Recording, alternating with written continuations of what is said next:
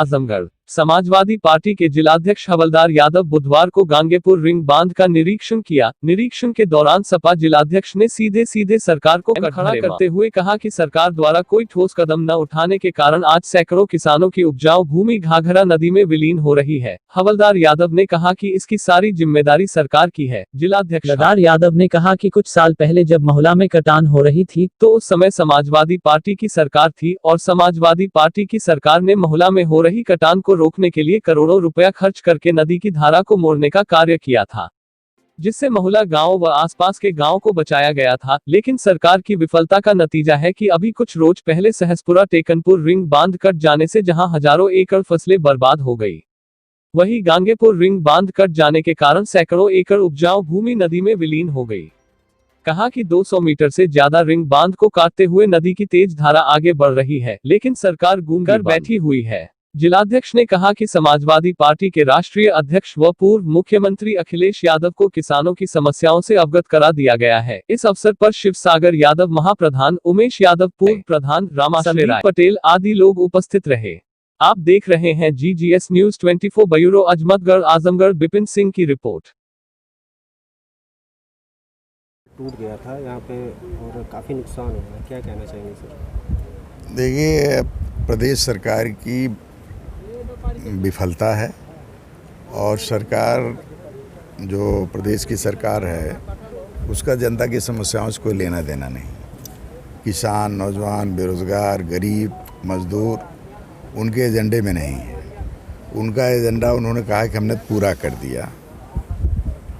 तो आज सवाल इस बात का है कि हम लोग उनसे अपेक्षाएं जो कर रहे हैं, ये जनता की जो अपेक्षाएं हैं, वो अपेक्षाएं मैं समझता हूँ कि बिल्कुल ही बेकार हैं, क्योंकि उनके मन में किसान के लिए, गांव के लिए, गरीब के लिए कोई हमदर्दी नहीं है, न कोई योजना है। इतने दिनों से इस बंधे की चर्चा चल रही है।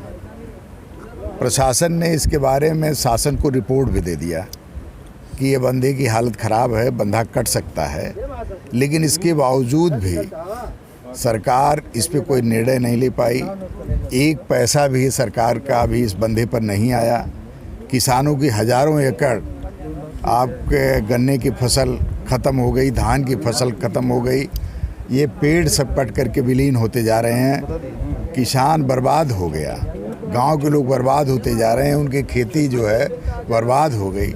लेकिन सरकार का कोई भी आदमी यहाँ आकर के इन परिस्थितियों का जायज़ा लेने का काम नहीं किया, और जिसके कारण मैं समझता हूँ कि इस तरह की सरकार, संवेदन शून्य सरकार शायद ही कहीं हो। और योगी की सरकार पूर्णतया हर मोर्चे पर फेल हो चुकी है। आज आप देख रहे हैं आर्थिक मोर्चे पर जिस तरह से आज गरीब आदमी खाने बगैर मर रहा है, लोग आत्महत्याएं कर रहे हैं, जो आज लोगों के बीच में परेशानियां हैं, इसकी चिंता सरकार को नहीं है। इस नाते हम लोग मांग करेंगे, अगर सरकार इनके किसानों के उनकी फसल का मुआवजा नहीं देगी, इनके घर जो गिर गए हैं उसका मुआवजा नहीं देगी, इनकी धान की फसल का अगर मुआवजा नहीं देगी, जो इनके अन्य खेती की चीज़ें बर्बाद हुई हैं, बागें बर्बाद हुई, पेड़ सब नदी में विलीन हो गए, अगर इसका मुआवजा नहीं देगी तो हम लोग यहाँ पर धरना प्रदर्शन करेंगे और सरकार को मजबूर करेंगे कि वह किसानों की समस्याओं को सुने और उसका निराकरण करे।